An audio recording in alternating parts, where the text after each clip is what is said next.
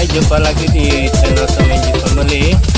Jangan lupa ya kepada kawan-kawan yang belum lagi subscribe channel Semenji Family, sudi-sudi ya supaya channel ini terus maju, dan jangan lupa like, komen, dan juga nyalakan tombol lonceng supaya Anda senantiasa mendapat pemberitahuan tentang video-video baru yang saya akan uploadkan di channel saya yang akan datang.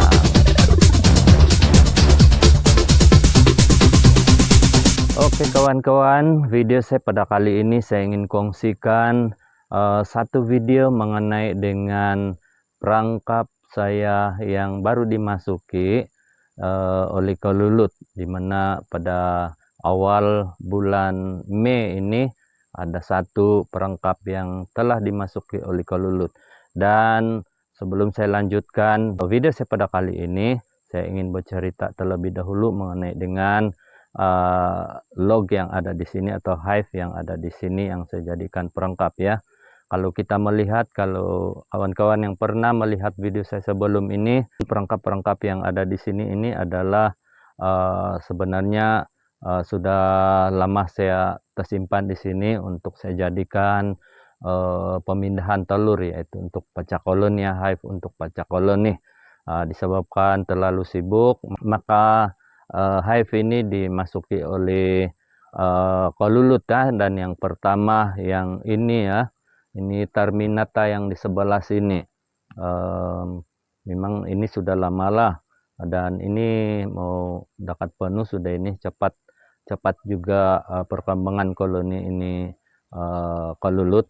Dan saya belum pasang topping karena saya perlu kasih pindah ini daripada tempat ini sebab tempat ini adalah tempat saya berehat, pondok tempat saya berehat, dan kalau ini Kolulut di sini mungkin dia akan terganggu apabila saya ada di sini.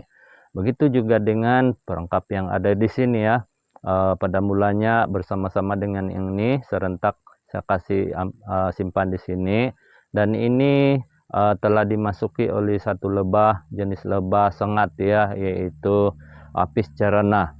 Nah, oleh karena ini Apis cerana ini dia sejenis lebah yang menyengat, maka tidak selesa kami berada di sini.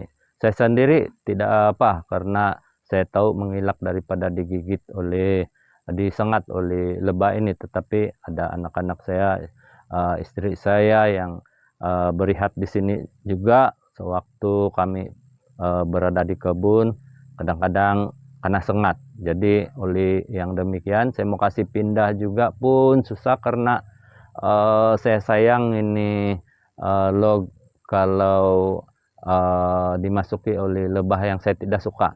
Jadi oleh karena itu saya telah buka lebah tersebut, dan saya kasih bersih atau bakar balik di dalam dan kasih bersih.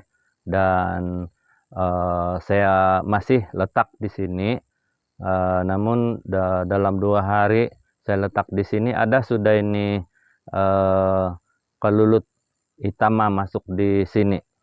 Oke, saya ingin teruskan untuk mengatakan ataupun menyampaikan message. Sebenarnya video saya pada kali ini adalah ada 2 perkara yang saya ingin sampaikan di sini untuk pengetahuan dan menjadi satu pengetahuan baru lah kepada kawan-kawan yang berminat menternak dan berminat untuk memperbanyakkan Kolulut ternakan ya. Message yang pertama adalah mengenai dengan sukatan ketinggian pemasangan ini perangkap ya. Kalau dulu teori-teori yang saya pernah dengar, yang ada kawan-kawan katakan bahwa kalau untuk memerangkap Kolulut hitam harus di ketinggian 8 kaki ke atas, kalau boleh sampai 12 kaki kata mereka. Itu teori mereka, dan saya juga telah ikuti semuanya itu, cara-cara yang disarankan oleh kawan-kawan.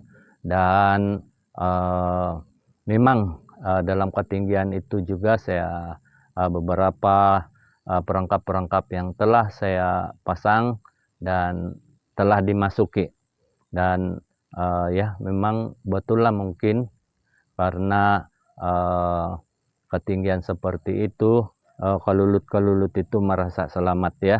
Dan tetapi sebenarnya apabila salah satu perangkap saya yang saya tidak sempat pergi pasang dan telah dimasuki oleh sejenis kelulut hitamah yang jarang memasuki perangkap di tahap ketinggian yang setakat meja makan ini, 3 kaki mungkin ini.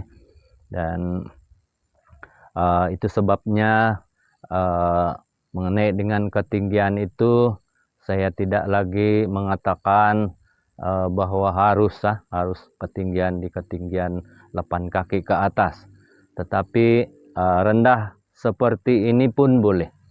Nah, sebenarnya kelulut ini suka untuk memasuki apa saja yang mereka suka untuk dijadikan sarang ya, tetapi bergantung kepada kayu yang mereka dijadikan tempat bersarang. Nah, message yang kedua di sini adalah mengenai dengan kayu ya. Apabila saya melihat ini kelulut memasuki perangkap yang rendah ini, dan saya terpikir juga sukatan-sukatan yang ditetapkan oleh kawan-kawan atau teori yang ditetapkan oleh kawan-kawan ada betulnya juga itu, tetapi apabila kayu yang menjadi kesukaan kelulut itu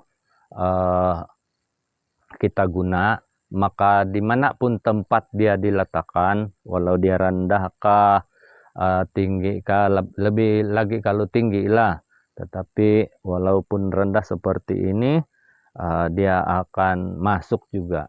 Nah, ini adalah karena kayu yang kita gunakan dijadikan untuk perangkap adalah kayu yang mereka sukai ya.